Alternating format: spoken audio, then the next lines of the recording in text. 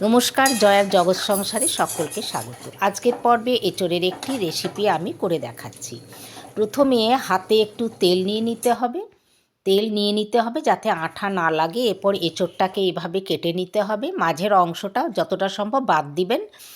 এখন যেহেতু নতুন এঁচোড় তাই খুব একটা বাদ না দিলেও চলবে।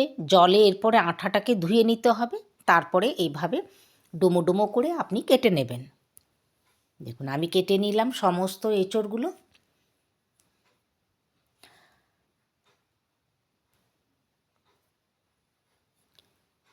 এঁচোড় এইভাবে রান্না করবেন, দেখবেন অনেক ভালো লাগবে। অনেকে এটাকে মজা করে গাছপাঠা বলে।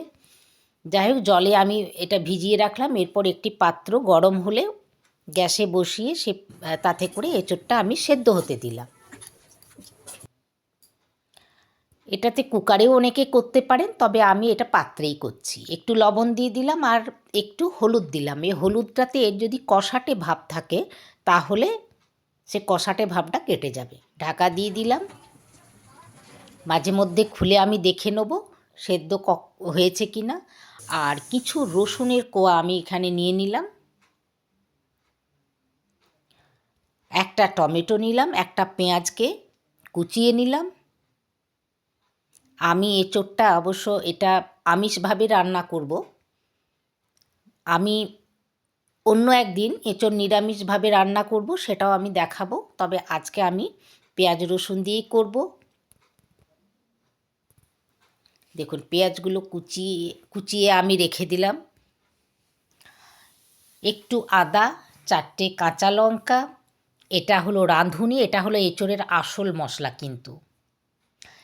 1 চামচ জিরে আর 1 চামচ পোস্ত। এই রাঁধুনি দিলে এঁচোড়ের রান্না এত ভালো বুঝতে পারবেন না। এগুলো গরম মশলা। দেখুন দারচিনি, গোলমরিচ, এটা হলো 2টো লবঙ্গ, জয়িত্রী আর 3টে ছোটো এলাচ আমি নিয়ে নিয়েছি। এরপরে দেখছি এঁচোড়টা সেদ্ধ হয়েছে কি না। হ্যাঁ, এঁচোড় সেদ্ধ হয়ে গেছে, খুব সুন্দর সেদ্ধ হয়েছে দেখুন। এরপরে গ্যাসে কড়াই বসিয়ে কড়াই গরম হলে এই পরিমাণে আমি তেল দিলাম, সর্ষের তেল।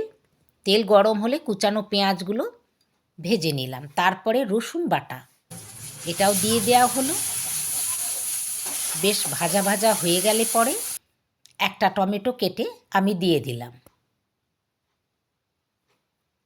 একটু ভাজা হয়ে গেলে এর মধ্যে আদা, জিরে, পোস্ত, রাঁধুনি বাটাটা আমি দিয়ে দিলাম। সামান্য একটু জল দিলাম। মশলাটা ভাজা হয়ে গেলে সামান্য একটু জল দিলাম। পরিমাণ মতো হলুদ দিলাম, কাশ্মীরি লঙ্কার গুঁড়ো দিলাম, পরিমাণ মতো লবণ দিলাম। কাশ্মীরি লাল লঙ্কার গুঁড়ো, এটা ঝাল নয়, এটা শুধু রঙের জন্য ব্যবহার করা হলো। দেখুন কি সুন্দর গ্রেভিটা হয়েছে, রঙটাও খুব সুন্দর হয়েছে, খুব সুন্দর হয়ে গেছে গ্রেভি। এরপরে কাঁচা লঙ্কা বাটাটা আমি দিয়ে দিলাম।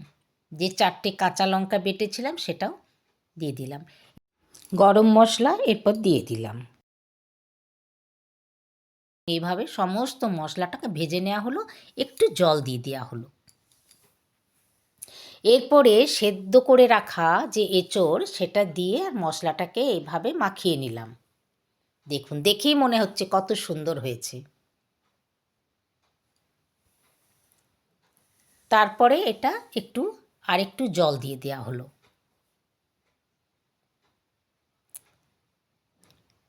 কিছুক্ষণের জন্য ঢাকা দিয়ে দিলাম। দেখুন ফুটে গেছে। আরও একটু জল দিয়ে দিলাম। যতটা পরিমাণ দরকার সেই রকমই আপনি জল দেবেন। শুকনো রাখতে চাইলে কম দেবেন, আর যদি একটু ঝোল রাখতে চান তবে একটু জল দেবেন। আমি এই রকম রাখলাম। হয়ে গেছে এঁচোড় রান্না। এরপরে অন্য একটি কড়াইয়ে সামান্য একটু ঘি আর একটু হিং দিয়ে এটাতে আমি ছকা লাগিয়ে দেবো। ভিডিওটি ভালো লাগলে লাইক করবেন, শেয়ার করবেন, সাবস্ক্রাইব করবেন, আপনার মতামত জানাবেন। নমস্কার।